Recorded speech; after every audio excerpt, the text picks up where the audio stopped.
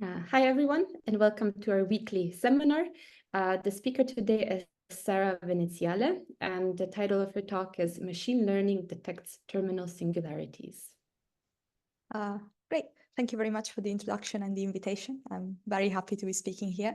So yeah, today I'm going to be talking a little bit about some work from my PhD about using machine learning to do something with mathematical structures. So this is maybe slightly outside the scope of the seminar, which is more about applied topology. This is more about applying data science tools to pure mathematics. So I'm going to give a bit of motivation and mostly about reflection of what we've done right, and what I think we've done wrong, and what could be improved in the future. So just as an overview, I'll start by doing a bit of a sales pitch, maybe why we should use machine learning as a tool in pure mathematics, maybe how can someone get started, and then I'll present our case study and how our question fits in this sort of paradigm. And then I'll introduce some maths. So I'll do a bit of background on toric Q-Fano varieties and terminal singularities. So if you don't know what these words mean, they'll be introduced properly in a second. And then we'll predict something using a machine learning model, and then we'll use it to do something else. So we'll discuss some results and consequences, and then I'll try and spend some time on limitations at the end and kind of do this kind of reflective talk. And yeah, this is joint work with my supervisors, Tom and Al. Great. So just as a kind of like introduction, so what I'm a pure mathematician, I want to discover new maths, and I want to use machine learning. So what should I do? So first step in any kind of research project, we all know, is formulating a mathematical question. So that's completely fine. But then to use machine learning or to use data analysis, the key point there is data. So I need to either use a data set that is already available, and there's many out there on the internet. There's Calabi-Yau complete intersections, there's the Lee Atlas, there's finite groups databases. So there's loads of choice, or maybe I need to collect my own data. And this is a very important point, and I think I really want to stress it, that it might mean that my question has to change, because suddenly I need to be able to generate good quality data that is correctly labeled in a considerably maybe short amount of time. So maybe my question can't be as general as I want it to be. Maybe I need to restrict it a little bit. Maybe I need to impose some extra condition. And I feel like maybe there's like a secret, like kind of long love song here to computer algebra and experimental mathematics. This is only really possible because there's so many like computer algebra systems and kind of big databases available that we are even able now to approach these questions with machine learning, because data is really the fundamental question, the fundamental like property. Okay, I'll finish this bit. Okay, now we have data that we achieved in some way. We can build a model. What model depends on what you're trying to do, what kind of architecture, and then we can use the model to do something. So there's the classical kind of like paradigm of like experimental mathematics. I have a lot of data. I've found a pattern with machine learning, without machine learning, and now I can state and prove a theorem, which is great. And this is kind of was maybe initiated by the DeepMind collaboration with Oxford and Sydney, where they use machine learning to then find theorems in knot theory and representation theory. And the second way that I'm going to kind of focus on this talk is that we can use the model themselves. So the model now is able to achieve a task that maybe I wasn't able to do before, is able to do it quickly. And so I can use it as a kind of bypassing very expensive computational tools. So this is the kind of case study that I'm going to try and present. Okay, so this is maybe the pipeline that I want to follow. And let's focus on the case study I'm presenting and how we are kind of approaching these problems. So my question is, when does a Fano variety has terminal singularities? I haven't explained what these words are, but let's take them as a black box. And to do this, I need data. There's no database available on the internet, so I need to build it myself. And this is the first point where I have to think and I have to restrict. So this is too general of a question, so I restrict my concentration on toric varieties, because these are combinatorial objects. There's a lot of computer algebra tools. I'm able to generate data kind of systematically in a precise sense, and then quite quickly. So this is the first point that like we have to make an adjustment. Then we build a model. So a simple MLP, so like a feed-forward neural network, is able to detect terminal singularity. So it's able to detect this property of these algebraic varieties. And then I want to use the model.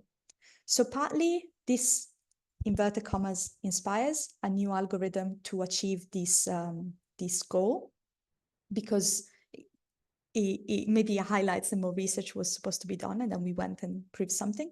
But I really wanted to highlight the fact that because we have a neural network that is able to do something that I wasn't able to do before, is able to do it much more effectively, I can use it to bypass computational expensive steps. And I use it to do some sketching of landscapes of toric varieties that I'll show you later that are very pretty. So this is the kind of like sales pitch and just kind of expressing what the case study is about. And I also wanted to make a second point that we are not going to address in this talk, but maybe is of interest to the audience, which is, as I'm doing ML for maths, maybe someone could start thinking about doing maths for ML. So mathematical data is inherently interesting because it's perfect and it's highly structured. So there's no noise, there's no outliers. And usually there is a kind of precise rule kind of underlying relationships.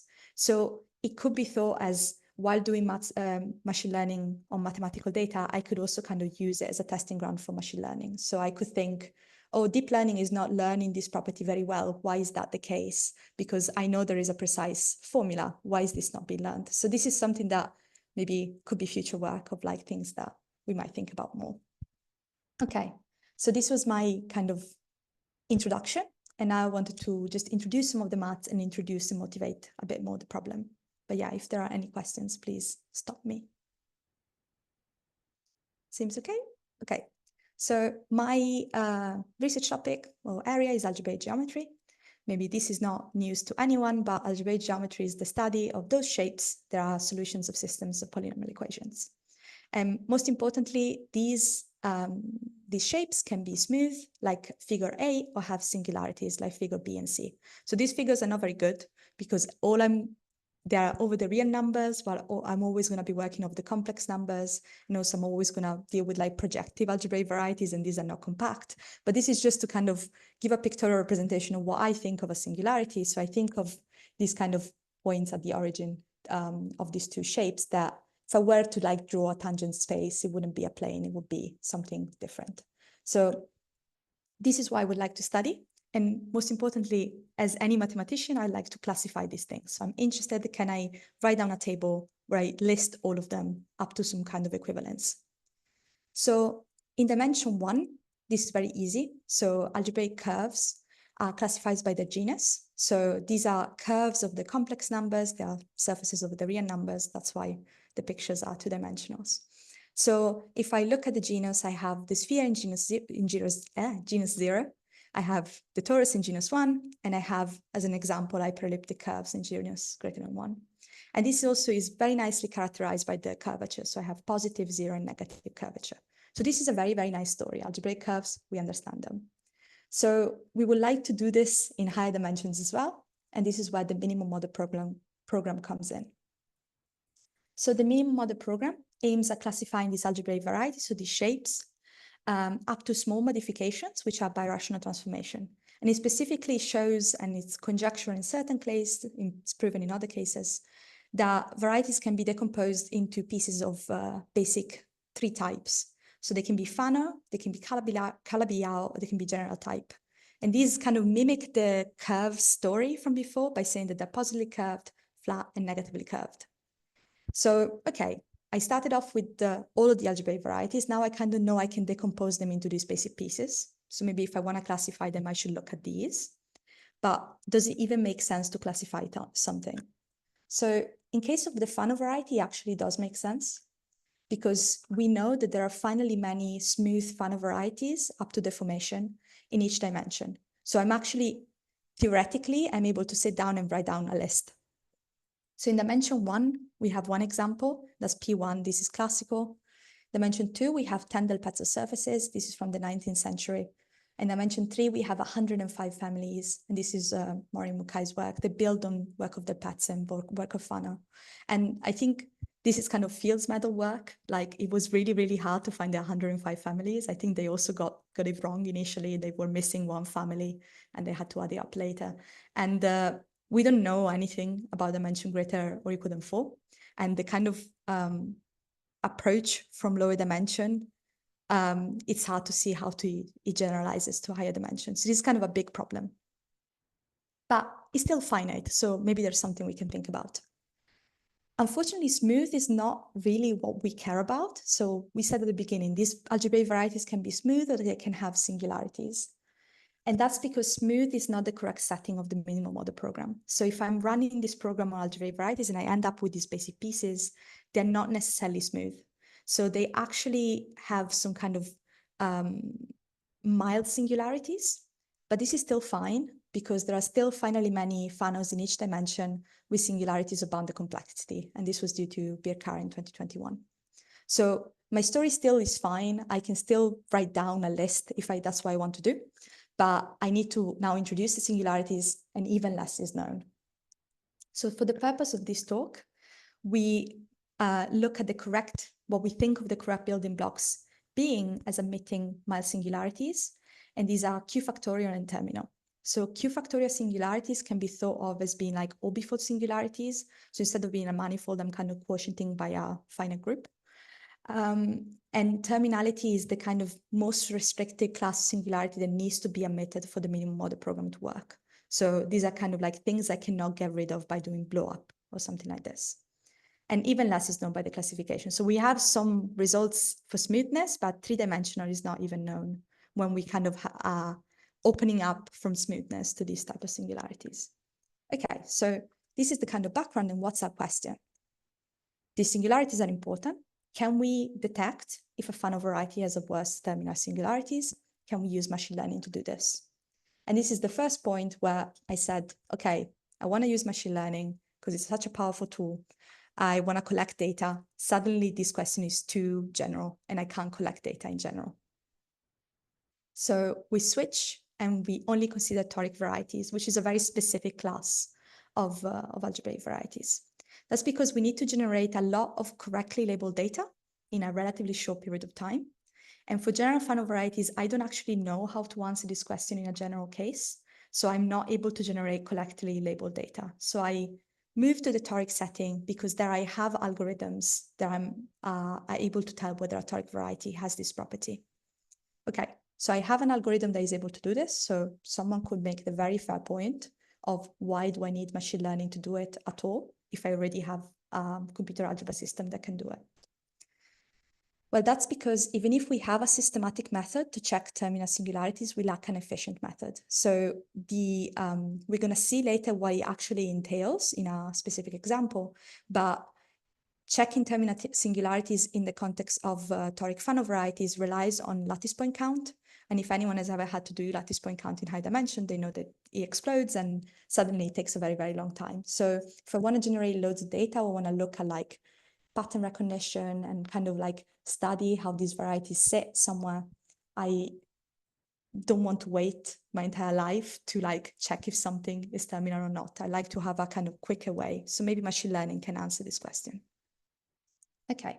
So Sarah, yes. you're to generate this correctly labeled data, you're doing something more clever than just using this systematic check to get the labels. No, so we are using the systematic check and we generate data and we kind of take the loss.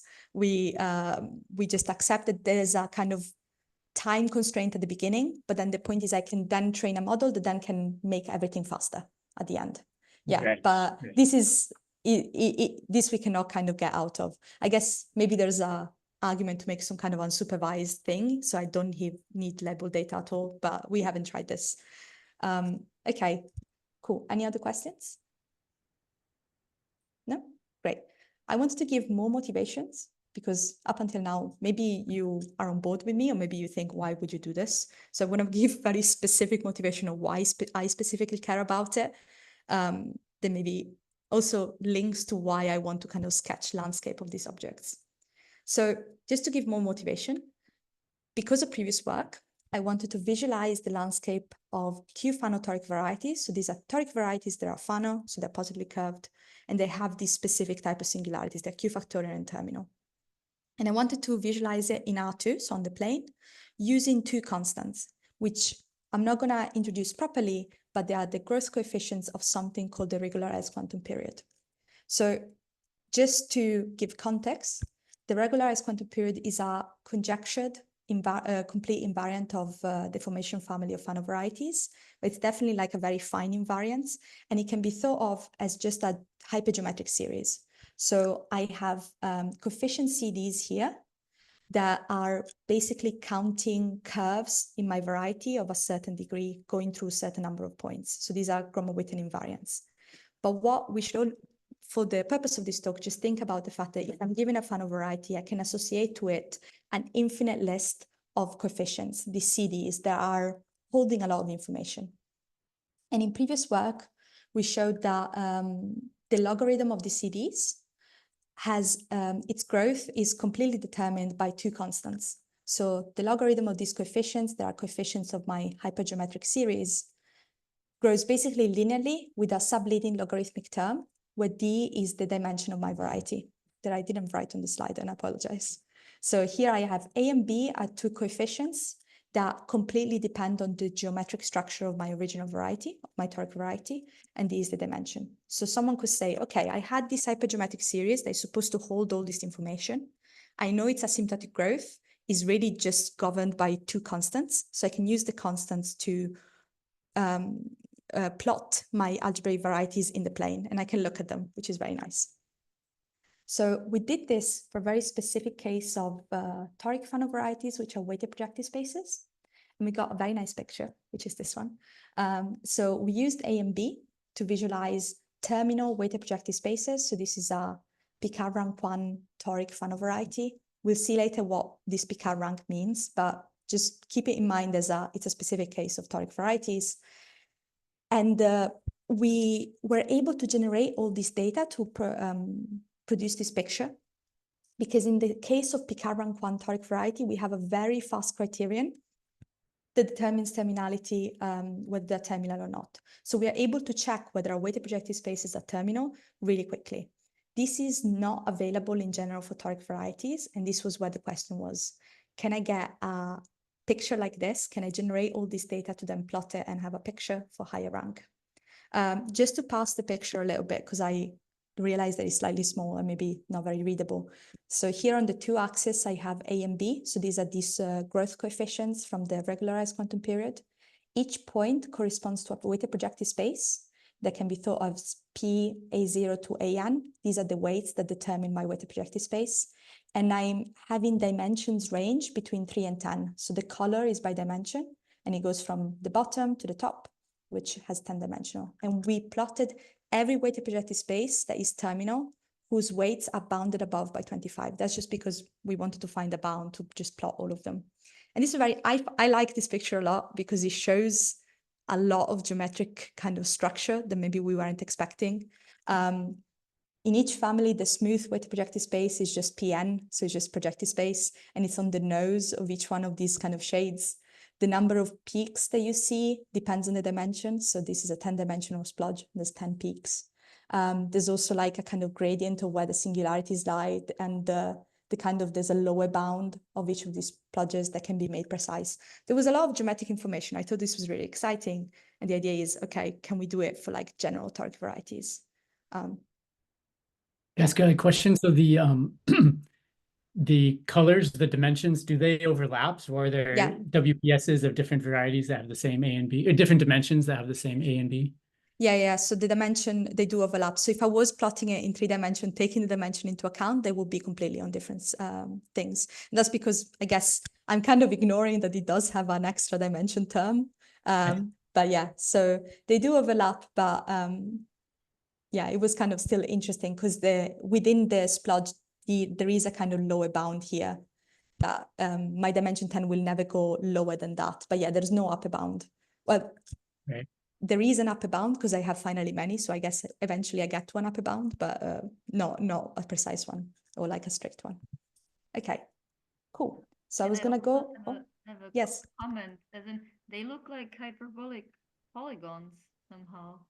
With yeah. like a mirror. I don't know if that would help somehow, but I really like the picture. Yeah, I'm gonna write hyperbolic polygon here. Hyperbolic polygon.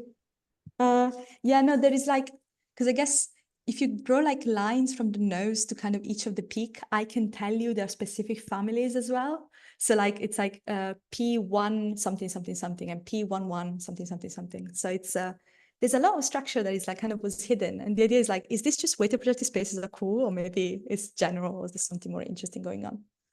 Okay, anything else, or everyone's happy? Okay, cool. So let's actually look at what the data looks like, generate some data and build a model. So I'm going to give some motivation before, and then we actually look at what each entry looks like. So we probe, not prove. This is a typo that has been following me for like the past 5 talks, and I always forget to change it. I'm really sorry. So we probe this question on a data set of 10 million people. There are balanced between terminal and non-terminal. So I have 5 million and 5 million. And we do in a very specific case, which is dimension 8 and Picard rank 2. And this is because the neural network that we're using has a fixed input dimension. So we had to fix this 2 dimension to kind of have that all my people had basically could be fed in the same way. I'll show you later what each variety is represented by, and this will become very clear. But this is not entirely unreasonable as a first step. And I'm going to try and justify myself, because this sounds like I started by saying I want to do this for all Fanos, and now I'm kind of really closing myself in a little box. So we already said toric varieties have geometry that is controlled by combinatorics. They're very easy to handle computationally. We can actually generate data. So that's why we're restricting to toric varieties. In low dimension, the problem is easier. So in 2 dimension, for example, smooth is equivalent to terminal. So it's not as interesting to look at. And in low dimension, also, I don't have many examples. So the equivalent of our data set in dimension 3 only has 35 people. And that's not enough. Well, it's enough to do some exploratory data analysis, but not enough to train a neural network. So this wasn't very interesting. We went to dimension 8, possibly overshot it a little bit, but there was a lot more examples there to kind of play around. And lastly, we already said there is a fast criterion that determines terminality in Picard rank 1. So we didn't need this kind of need for efficiency. Let's go to the next case, which is Picard rank 2. Okay, so this maybe justifies that I'm not crazy. And now let's look at what the data looks like. So just to do a toy example, in case you haven't seen them before. So what are weighted projective spaces? So if I'm given a list of positive integers of length d plus 1, this defines an action of C star on CD plus 1, just by given by the exponents are going to be the weights that I've fixed at the beginning, this list of integers. And if I take the geometric quotient of this action, which geometric here only means that I have to take out the origin from the CD plus 1 because its orbit is not nice. So if I take the geometric quotient, this is a d-dimensional weighted projective space, and the weights are A0 to AD. So this is a very easy case. And simplest example is projective space, which has weight matrix 1, ... 1. So all my weights are 1, and is just given as the quotient. And these are the only smooth people. Everything else are singularities. Okay, so weighted projective spaces are nice, and they're specifically Picard rank 1 toric varieties. And 1 is because I only have 1 row. So if I'm going to Picard rank 2, I have 2 rows, which is very easy.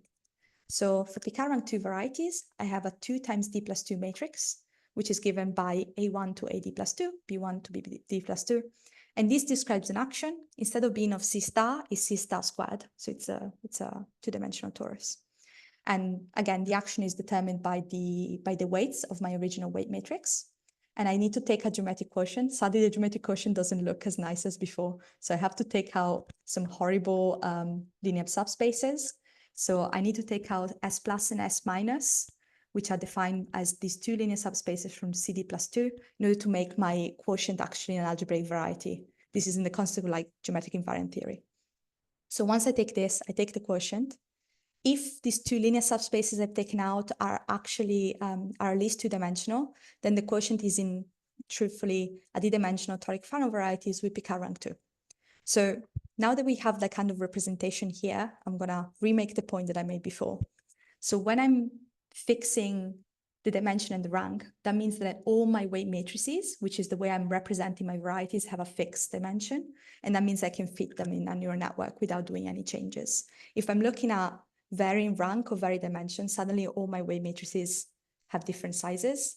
I can't really, in good conscience, pad with zeros or something, because that means that my varieties have different meanings.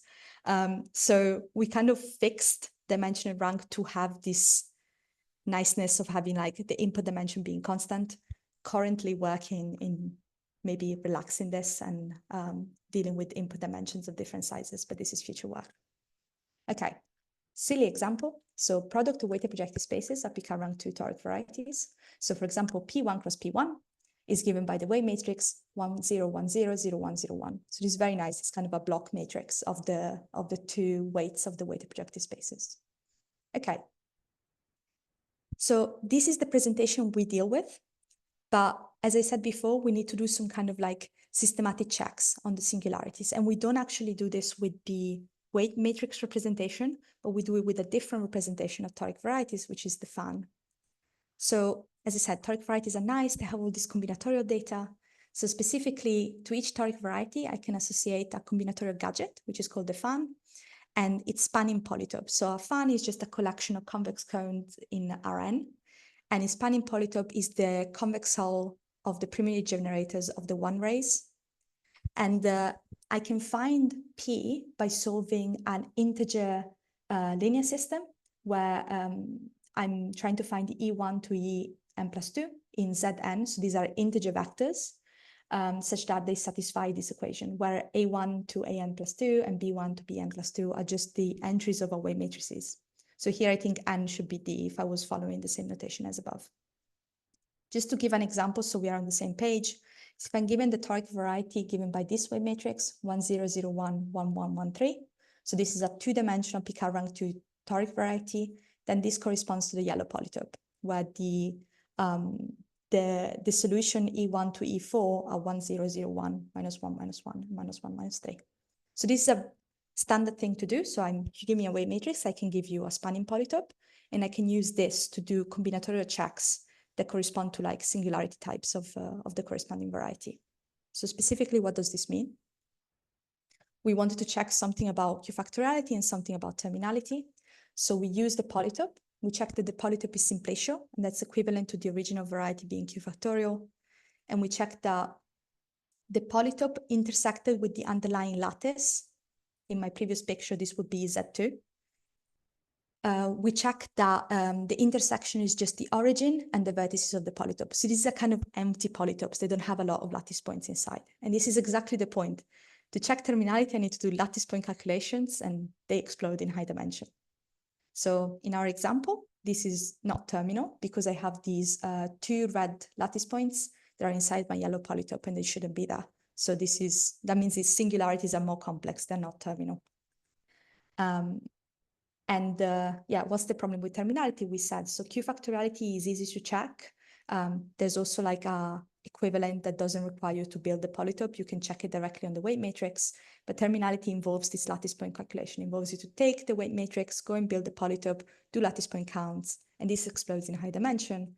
So the idea is, can we tell terminality from the weight data without building the polytope at all? And can we do it effectively? So can we use machine learning? And again, weighted projective spaces has a fast criterion that uses only the weight, so this A0 to AD that we had before, and doesn't actually build the polytope at all. And that's why we were able to generate so much data in a previous work. Okay, so this gives a very, hopefully gave a very concrete idea of what the data looks like. And now we can walk through the generation pipeline. No, I want to say something else. So before I do that, I wanted to make a point about group actions and representation and invariance. Okay, so apologies. So I gave you this weight matrix representation, and a very fair question would be, is this unique? And the answer is no. So we have an action of Sn and an action of GL2Z that acts on the space of weight matrices, so changes my weight matrix, but leaves the corresponding algebraic variety unique, so the corresponding quotient. So I have Sn that permutes the columns of my weight matrix. So here I have a 10 because technically we are only dealing with 8-dimensional people. So we have D plus 2 columns where D is 8. And we also have GL2Z that acts on the left by multiplication. So these are integer value matrices that have an inverse that is also integer valued. And so whatever machine learning we would like to employ, we would really like it to be invariant under these two actions, because I don't want it to give two different representatives of the same person and it giving me two different answers. So just as a non-expert introduction to invariant machine learning, I just wanted to draw attention that there are ways of dealing with this, and we chose one, and I just wanted to justify it. So how do people deal with this in kind of the machine learning work? So you can build the invariance or the equivariance of a certain group in the architecture. So this is, for example, done for like symmetric group actions with deep set. Or you can do some pre-processing steps like data augmentation, and the network that you get at the end is only approximately invariant or equivariant under the group actions that you're looking at. So we didn't do either of these two approaches, and I just wanted to justify why. So this is mostly because GS2Z is a scary group that makes me sad. So it's a discrete infinite group. So there's current work in kind of invariant and equivariant machine learning has focused on like kind of finite groups like SN or like Euclidean groups because they're more common in applications. So there is not right now an architecture that is able to take this into account and produce a truly invariant network. And it's slightly unclear what kind of data augmentation is meaningful in this case. So what kind of people in my orbit is more interesting to kind of populate? Because my group is infinite and it's also, it's kind of discrete. It wasn't entirely clear what kind of data augmentation steps would make more sense. So instead of doing these two approaches, we do something else, which is fundamental domain projection. So what did we do? We have these two actions. So in order to produce an invariant model, we chose a standard form for the weight matrices. So that means that we did a pre-processing step that made sure that all our data is always presented in a similar way. And this is basically a choice of representative in each group orbit that is consistent. So my data will never see two people that are in the same orbit but have a different representation, because I will only show it a very specific representative. What does the representation look like? It doesn't really matter, but it's basically I'm ordering the columns cyclically. So if I'm looking at them as vectors in the plane. And then I always put the first one, A1, 0. So I always put it on the x-axis of my plane if I think about it. And the last one is either on the y-axis or is slightly off. So all my entries are, for example, positive, which is a very nice feature to have. So this is just the standard form that we chose. I don't have an argument why this is nicer than other potentiality that we had, except for the fact that it was nice that all the entries were positive. Okay, so maybe now I'm ready to generate some data, okay? Unless there are some questions. Okay, so in order to generate data, we generate a random status, which is true or false. Then we generate a 2 by 10 matrix, and these are weight matrix of a variety, 2 because Picard rank 2, 10 because the dimension is 8. The entries, we choose them bounded by some value, and we choose the weight matrix to be in the standard form. The reason for the boundedness is because we're doing some kind of uniform sampling of each entry. I'll argue later why this might not be exactly the correct choice, because of course, we are sampling in a way that might not be completely unbiased. Okay, then we need to do some checks. So I have a weight matrix, I construct the spanning polytope, I check my terminality status. If it's true or false and it agrees with my original choice, then I keep it. Otherwise, I give it away and I start again. And then I check that I do not already have the example. And this is fine because it's in standard form. So I can really just check myself against all my other representatives. If we're not the same, we are not in the same orbit. And if I don't already have it, then I insert in the data set. So at the end, we end up with a data set of 10 million examples that are balanced between the two, 5 million and 5 million.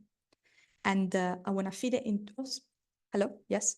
Yeah. So the first step is so that you get a balanced data set. Is that right?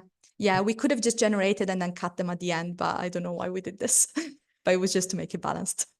Maybe it was because it was written slightly clearer than just we generated loads and then cut them here and here. But I think it's also easier to evaluate, right? Like in the end, if it's balanced, then you don't have to do any shenanigans with minority classes or majority classes. Yeah, probably. I think maybe there's different things because like now if I'm not agreeing, maybe I'm wasting time generating something, but it's done now. So we move forward. But yeah, I'm not entirely sure if this is like needed completely. Okay. Cool. Okay, I have data. How am I feeding it into my machine learning? So we do the very standard thing of using flattened matrices as input. So my neural network is the most vanilla one that you can think of. So each sample has 20 features, which is A1 to A10 and then B1 to B10. So I'm just concatenating the two rows. And then as the target, I'm using the terminality status, so true or false. This is a Boolean problem. It's binary classification. It's nothing deeper than that.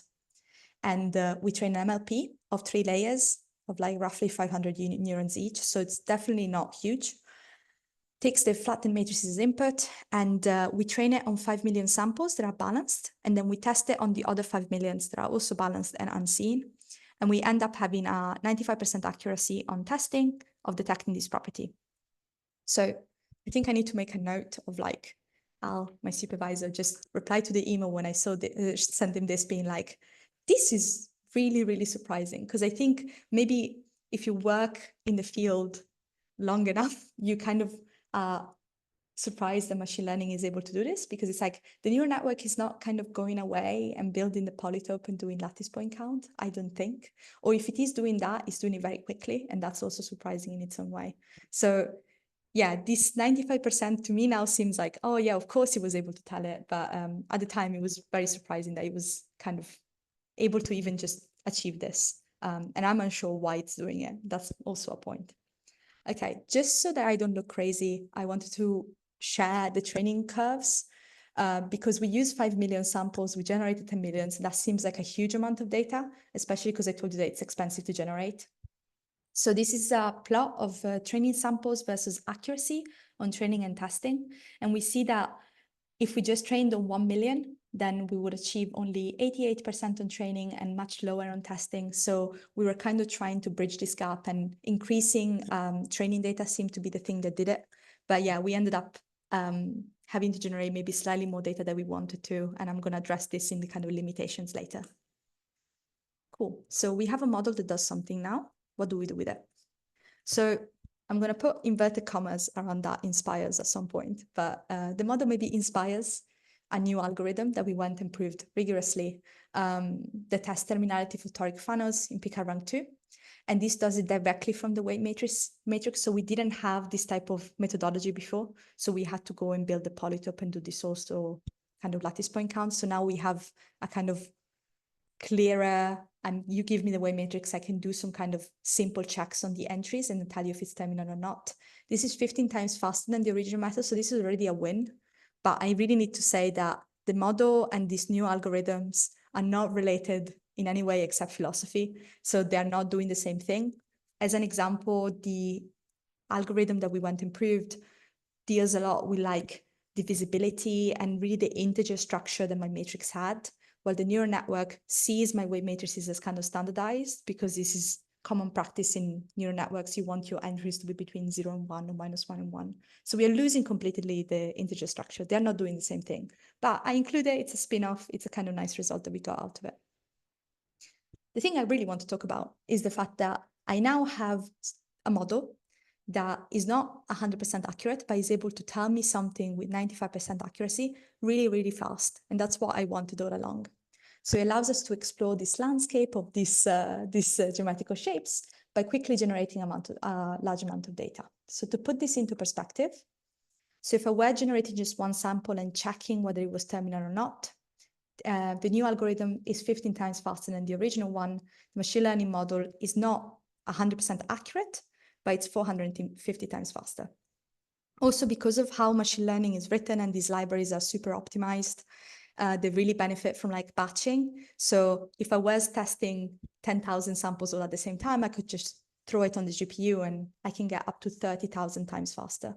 So when I generated 100 million Q-Fano varieties, so these toric varieties that have these very nice singularities, by testing the terminality using the machine learning model, it only took me 120 CPU hours on an HPC. That's like half an hour.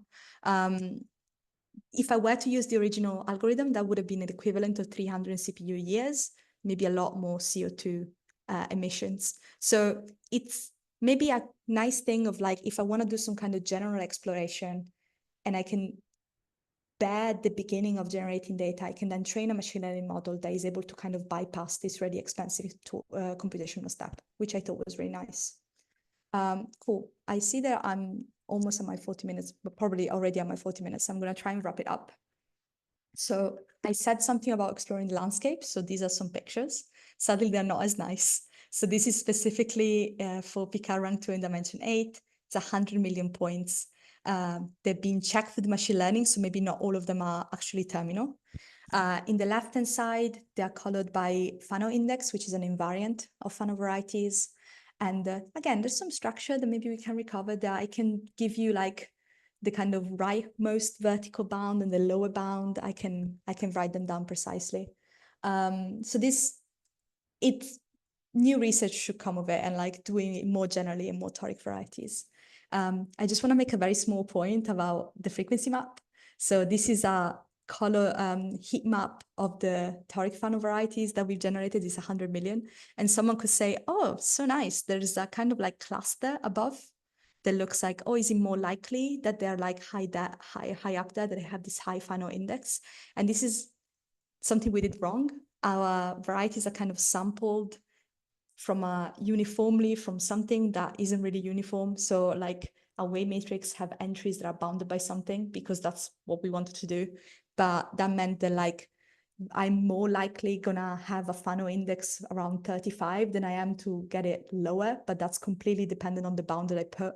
So I just want to like put the attention on the fact that like sampling makes problems later on. And maybe I could have seen this and thought, oh, this is a theorem about like distribution of toric Fano varieties. And this is just not true.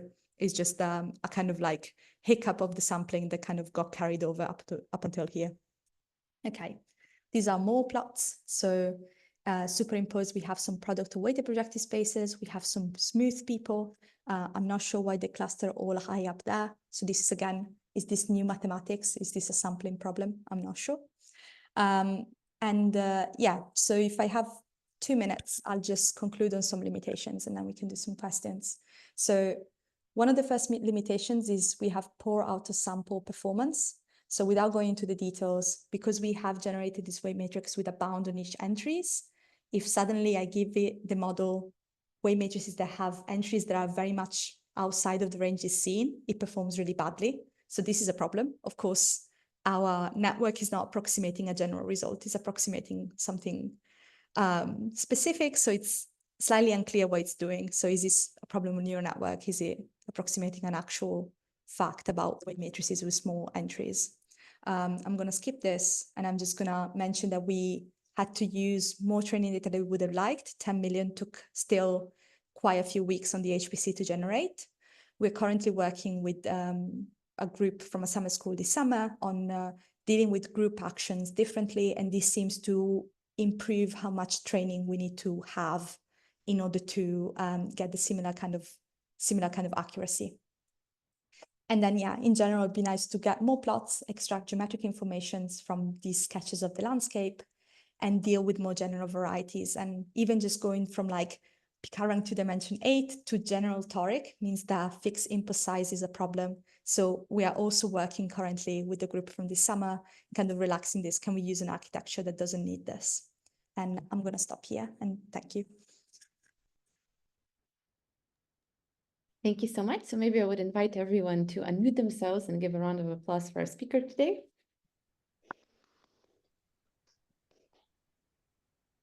And now it's time for questions. Feel free to type the question into the chat window or just ask. So Bastian already raised his hand. Yes, thank you for a very very insightful and really cool talk. I really love the idea that ML can also do something for math, right, and vice versa, because like oftentimes one direction is emphasized over the other.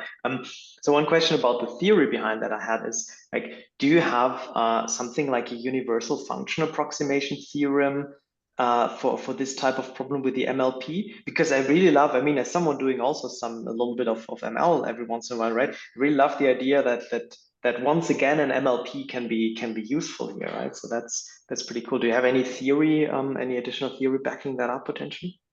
No, I don't. I think it was mostly like I just thought it was a cool idea, and I didn't know much machine learning at the time. So I thought neural networks are cool. Shall we use those? And it seemed to produce results. So I tried to use different architectures like simpler, SVM, random forest, things like this. And it wasn't really picking it up. And the neural network was able to. But at the same time, the neural network is clearly not generalizing in a correct way. So I think it's probably picking up something that is not fully mathematical, or maybe it's something specific about the data generation. I'm not sure. But it still was kind of cool to use. But it'd be very interesting to try to understand exactly which function is approximating. So I've been doing some kind of like work on studying on the misclassified examples, seeing like if there's a pattern there. There seems to be a little bit of a pattern, but it's very, very light. So I think it needs more work. But yeah, some theory to back this up would be actually quite nice. It's really cool. Thank you so much. More questions for Sara. Hanka. First of all, thank you very much for the great talk. It was really very easy to follow. Like, I loved it. I was wondering, I mean, like, how difficult do you expect it to be to generalize, like, to the higher, like the Picard, I forgot what, it's not a genus, but Picard degree. I mean, you would just need, in theory, you would just need to add another row on the matrix. No. It's not hard from the point of view of if I was doing exactly the same thing, but I am currently interested in like try to see if I can do this on this problem using the minimal amount of training data possible, and then maybe use whatever architecture I find doing that on different ranks. That would be idea number one, because then like I don't have to actually spend all those hours on the HPC generating data in these 10 million samples. And also I'm not entirely sure how it scales.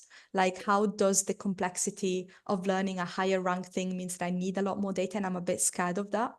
And the other thing, I don't know if this would work, but it'd be nice. I've been trying with a student now to use like kind of the attention mechanism and things like that. That like are more happy to have varying input size, and see if we can get kind of train one model that is able to do it for kind of all. So maybe we train it on 8 dimension, maybe it's able to do 7 and 6 and 5.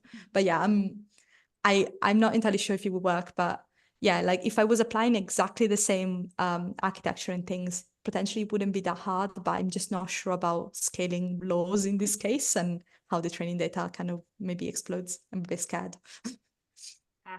It's great. Thank you. Thank you very much. Further questions for Sara? I'll just ask one small question. So this sampling, you choose true or false at random, and then let's say you choose false. You keep looking at data points until you find a false. Is that right? Yeah, exactly. Yeah, you keep trying it until you match status, and then you add it and then keep going. Yeah, not sure if this is the correct way of doing things, but no. I understood the first time you said it, then I forgot, and I confused. Okay, figured it out. Okay, so thank you, Sara, very much again for your wonderful talk. I'm going to stop the recording now, and then we can take the rest of the questions offline. And see you all in 2 weeks' time, I think. We have a workshop next week. Bye. Thank you so much. Bye-bye.